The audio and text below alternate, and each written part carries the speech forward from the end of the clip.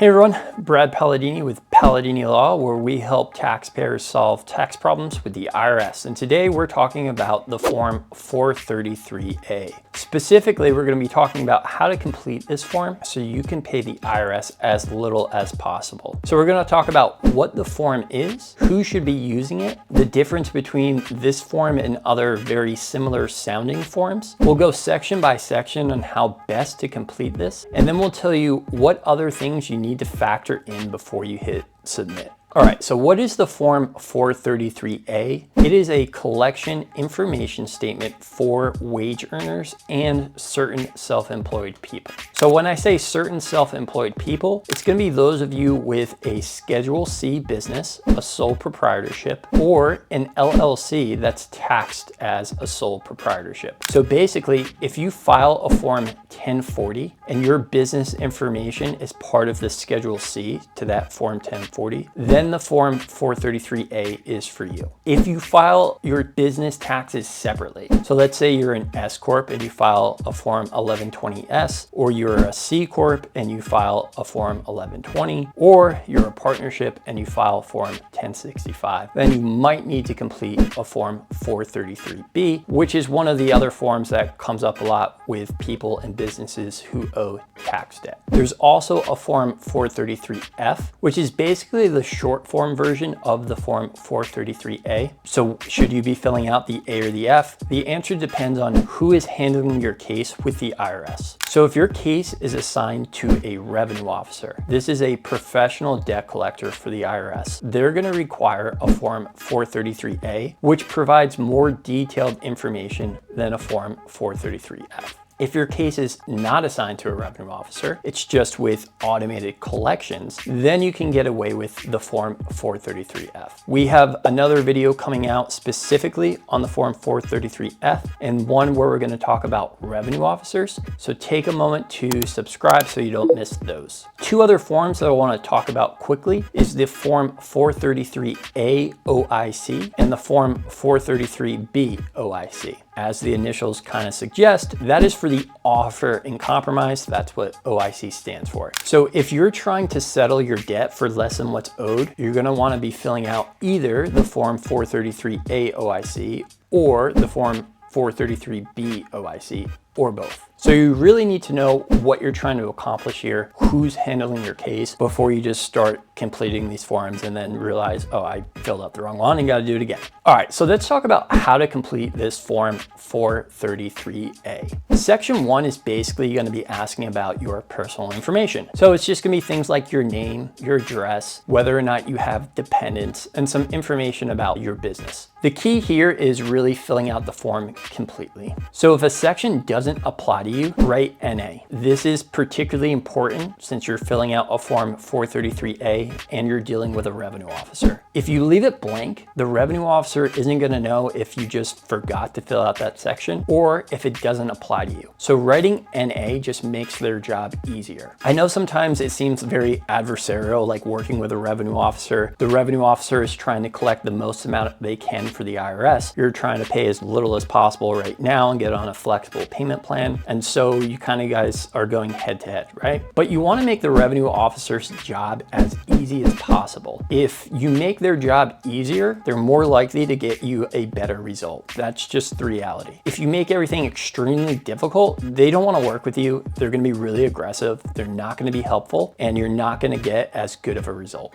So section 2 is just employer information. So they're going to be asking about, where you work and basically how much money you make. Section 2 is also going to ask you how often you're paid. So this could be weekly, it could be bi-weekly, it could be monthly, or it could be other. So you got to look at a recent pay stub and figure out how often you're paid. Most people are paid bi-weekly, but for instance, at our firm, we pay our employees twice a month. Others are monthly. No matter how often you're paid, you're going to want to do a little bit of math and figure out what the monthly amount for that income is. So if you're paid bi-weekly, you'll look at a pay stub and let's say you're paid $1,000 bi-weekly. You got to do math to see what that converts to on a monthly basis. I think you multiply it by like 2.17 or something like that, but you'll need that information later. Section 3 is asking about other financial information. So they're going to ask you if you're the beneficiary to a trust or a life insurance policy, if you're in any lawsuits. The reason why they're asking for that information is to see if there's any chance they could get a lump sum payment for you in the future. So this happens if, let's say, you were injured in a car accident and you sued the person that hit you. Your case is now being litigated and you might get some sort of settlement from that lawsuit. The IRS wants to know about it, so that way if you get a $500,000 settlement, they can get a cut of that. You have to fill out all of this information accurately. You're going to be signing this under penalties of perjury, so if it's not accurate, you could get into very serious trouble. If you're a party to a lawsuit, make sure you put that down there. The IRS, especially revenue officers, are trained investigators, and they're gonna do different searches to try and make sure the information on this form matches reality. So don't go, half-assing it and not filling it out accurately or completing it perfectly, because it's just gonna get you into trouble with the IRS. Section 4 is your personal asset information. So this is gonna be things like bank accounts, investment accounts, stocks, bonds, all that good stuff. Again, we want to be accurate with this information. One of the mistakes I see with people who fill this form out themselves is that they guesstimate. So they say, there's about $1,000 in my checking account, and maybe there's about $5,000 in my Vanguard account. When you're dealing with a revenue officer in particular, you're going to be required to provide substantiation when you submit this form. So you're not just going to be submitting the form 433A, but you have to submit the backup information. So they're going to be getting the bank statements anyway. They're going to be getting a 401k statement anyway. And so put the actual amount in there. If your account had $432 in it, put $432. Don't put $400 or $300. It just signals to the revenue officer that you actually took your time to fill this out completely and didn't just try to speed through it and make a lot of guesses. Next up on the personal asset information is real estate. So this would be if you own a home or you have investment properties. The IRS wants to try and determine whether there is equity here. The revenue officer's job is to collect the tax as quickly as possible from you. So if you have a house with a lot of equity in it, they're going to do one of two things. One, they're going to ask you to sell the house, or two, they're going to ask you to refinance the house and pull out the equity. You need to make sure that the information in this section is accurate. So you can hop on things like Redfin or Zillow or one of the million websites that provides a home's value and take a low estimate. You don't want to overestimate, because if you overestimate, the IRS is more likely to try to make you sell your house or refinance it. So take a look at a few websites, take a low average, make sure that you put your loan information there as well. So this not only includes your first mortgage, but if you have a second mortgage, it would go on there also. Okay, next up is vehicle information. So this would be any automobiles or anything like that that you own or lease. So when you're filling this out, you just want to be careful that you are filling it out accurately, so the IRS doesn't think that a vehicle that you lease is actually owned and vice versa. Again, they are trying to determine how much equity is in those vehicles, although generally they're not going to make you sell your car, right? They understand that you have to get to and from work, so they're not going to make you go out and sell it to repay them. The exception to that would be if you have a super luxury vehicle that's maybe owned for cash or nearly cash. So let's say you own a Ferrari, right? And it's a $250,000 vehicle and there's no loan balance on it. The IRS might make you sell it in order to repay them and tell you to go get a Ford or a Chevy or something like that that costs a lot less. Okay, last in section 4 is personal asset information. Now, you don't need to go through every single object in your home and get some sort of value for all of your clothing and stuff like that. That's not necessary. But if you have something of substantial value, it does need to be included. So if you have a Rolex collection or an antique gun collection or something like that, you'll want to include those items. But the sort of everyday bed and cheap picture from IKEA or whatever, you don't have to itemize those things. Only the really expensive ones, things that might have substantial value. Moving on to section 5 of the form 433A, this is really the most important part of the entire form. Okay, on the left side, you're gonna have all of your income sources. This not only includes income from your paycheck, but also rental income, business income, alimony, basically any income source you have goes on this left side. And you're gonna wanna calculate it on a monthly basis. Once it's all calculated, you add it all together and you put that number on the bottom left-hand corner. So let's say you make $6,000 in wages a month, and then you have a side hustle and you make $4,000 there. Your total income is $10,000. Moving on to the right side, you have your expenses. When you're dealing with a revenue officer, you want to make sure that you're putting your actual expenses here, with maybe one exception. The way the IRS views expenses is it publishes various national and local standards for most of these expense items. The idea is that the IRS wants to try and have fairness and uniformity among taxpayers.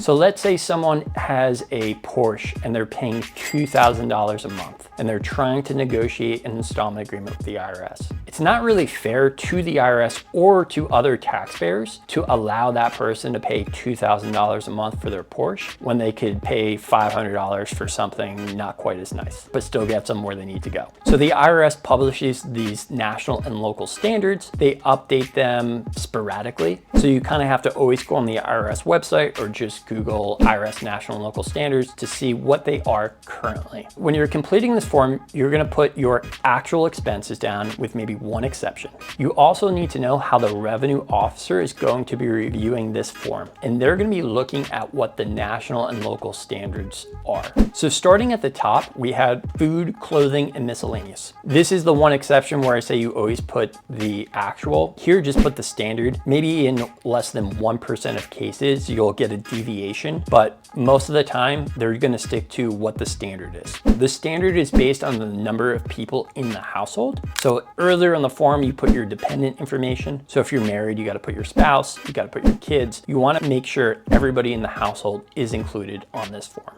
Okay, next up we have housing and utilities. So this is going to be your rent payment or your mortgage payment if you own the home, but it's also going to include your cable, your cell phone, your gas, your trash, sewage if you have that, any of those expenses plus maintenance. Again, we're calculating this on a monthly basis, and sometimes those expenses aren't monthly. So for instance, my trash bill, I think I pay quarterly. So let's say it's $240 for the year. I have to do a little bit of math to figure out how much that is monthly. It'd be like $20 a month. Same thing with things like oil or propane. Maybe you don't pay that monthly, maybe it's only a few times a year. So you could look at, okay, what did I pay last year for the entire year in oil? All right, I'll use that average to determine how much my average oil bill is per month, even though it's not monthly. You really want to make sure all of your expenses are included here and you don't leave anything out. You're also going to want to provide an attachment showing how you got to that figure. Earlier in the form, we filled out real estate information. So that had your mortgage payment, right? So if your mortgage payment was $2,500 a month, and then you're putting $4,000 here, the revenue officer is gonna wanna see, okay, where did that additional $1,500 come from? So take a minute, like open up Excel or whatever, and just itemize all of those different expenses so they can see how you got to that ultimate figure. You're also going to want proof of all of those expenses. So for the oil bill, for instance, if you pay that 3 times a year, you might have to log into your account, pull up those invoices, and include it with an explanation. Next up, we have vehicle ownership costs. So that would be your monthly lease, or if you purchase the vehicle, the finance payment. So you just put whatever amount that is. If you have multiple vehicles, you combine those and include everything there. Next up, we have vehicle operating costs. So this would be your monthly insurance. It would also include things like gas and maintenance. This can be a little bit difficult to try to come up with. Insurance is obviously easy, but for things like gas, it might not be so obvious. It's pretty helpful if you use some sort of monthly personal budget budgeting software. So that will kind of calculate automatically how much you're spending on gas per month or maintenance on average. But you want to include everything here. Now, generally, the revenue officer is only going to allow the standard, not your actual expense. But let's say you're a terrible driver and your insurance is really high. So long as you provide proof that you're actually paying that insurance amount monthly, they'll probably allow it. Public transportation is basically a number that the IRS gives you. I believe it's currently somewhere around $205 a month. So this would be if you ride the subway, you take a bus, something like that. It's all included in public transportation. If you spend a lot on public transportation, so let's say you live in New Jersey and you're traveling to New York City every day, you're gonna wanna look at your last, let's say 2 or 3 months of bank statements and take an average of how much you're actually spending to travel back and forth to New York. And then again, you're gonna want the documentation to prove that you're actually spending that amount. Next up is health insurance. So the IRS will generally allow the full health insurance expense. So if you're paying $3,000 a month on health insurance because you have a big family and you have a pretty good plan, they will allow that full amount. But again, you need to have the proof that you're actually paying that $3,000 a month. Out-of-pocket healthcare is based on the number of people in the home as well as their age. So I think the cutoff is 65 and older. If you're 65 and older or someone in the house is 65 and older, they'll give you a little bit more per month than if you're under 65. Now, sometimes the IRS will allow a deviation here. Let's say you have a very expensive prescription that you have to pay monthly and it's $500 because you have this medical condition. The IRS will allow that $500 a month payment, but again, you're gonna need proof. So you'll have to save some receipts from CVS or Walgreens or wherever you get the prescription to prove that you're actually paying that amount. Court-ordered payments are exactly what they sound. So this has to be a court order. So you will need to produce the court order from the court showing that you're obligated to pay whatever amount per month. In addition to that, you'll need to provide proof that you're actually paying that amount. We had a case recently where somebody had to pay restitution, right? They committed a crime and they were ordered to pay X number of dollars per month. We had the court order showing that they were obligated to pay that amount, but the person wasn't actually paying it. The IRS wasn't going to allow that expense unless we were able to get the person to actually pay it, which they were legally obligated to do anyway and should have been, and then provide that proof to the revenue officer. The IRS may also allow an expense for child and dependent care. It's going to depend on whether or not both spouses are working. So if you're married, you have a spouse, and he or she is not working, the IRS won't allow this expense. They take the view that, hey, the kids could just stay home with mom or dad. They're not working anyway. There's no reason to have this child and dependent care expense. If you're a single mom or a single dad, they will obviously allow that expense. If both parents are working, they will also allow that expense. It does need to be reasonable. What does that mean? I have no idea. Childcare is super expensive. I mean, it'd have to be like extremely high for the IRS to not allow it. Like if you're paying $8 grand for some super fancy daycare, revenue officer probably won't approve it, but childcare can very easily cost $2,000 or $3,000 a month for just your local childcare service. So they will allow it. Again, make sure you have the proof. There's also an allowance for life insurance. So this would be for a term policy. The policy has to be reasonable. I've had clients in the past that somehow got into a $4,000 a month life insurance policy. I don't even know how that's possible. It wasn't even a super high payout amount, but it was $4,000 a month. The IRS did not go for it, but you can have $1 million policy and only pay like 75 bucks a month for it. The IRS will allow that. Again, it's gotta be reasonable. There's no precise definition of what that means. It's somewhere between $0 and $4,000 a month, let's put it that way. Next, we have current year taxes. So if you have a W-2 job, so you get a paycheck, you can just take the information from a recent pay stub to calculate this amount.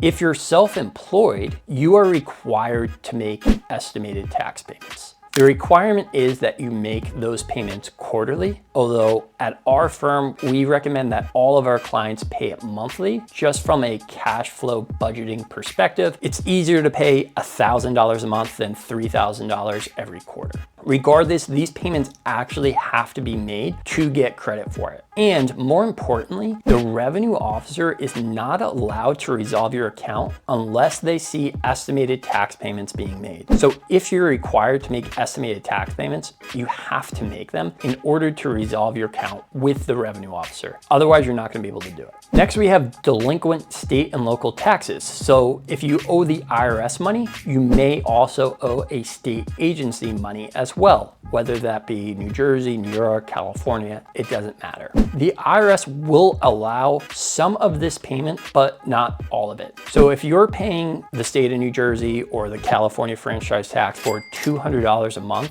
to resolve your past due state taxes, they will allow a portion of it. And the portion is based on a formula. It basically compares the amount of the IRS debt versus the amount of the state debt, and then does a little math to figure out how much they will allow. But just know they will allow some of it, but maybe not all of it. Last but certainly not least, we have other expenses. So what are some other expenses? The most common that we see are student loans. So these need to be federally backed student loans. And again, you have to actually be making these payments. Another issue that comes up pretty frequently is if you have kids in private school. Generally, the IRS doesn't allow payments for private school education. However, there are some ways around it, which we'll talk about in a minute. So now we've gone through all of our income sources. We've gone through all of our expenses, again, on a monthly basis. What do we do next? A little bit of math. So if you're making, let's say, $10,000 a month and your total expenses are $9,000, the difference is $1,000. So if the IRS accepts all of these expenses, you're going to be looking at a payment plan of $1,000 a month. What sometimes happens when people fill out this form is they don't take their time and they don't include all of their expenses. So they're making $10,000 a month, but they only list $6,000 in expenses.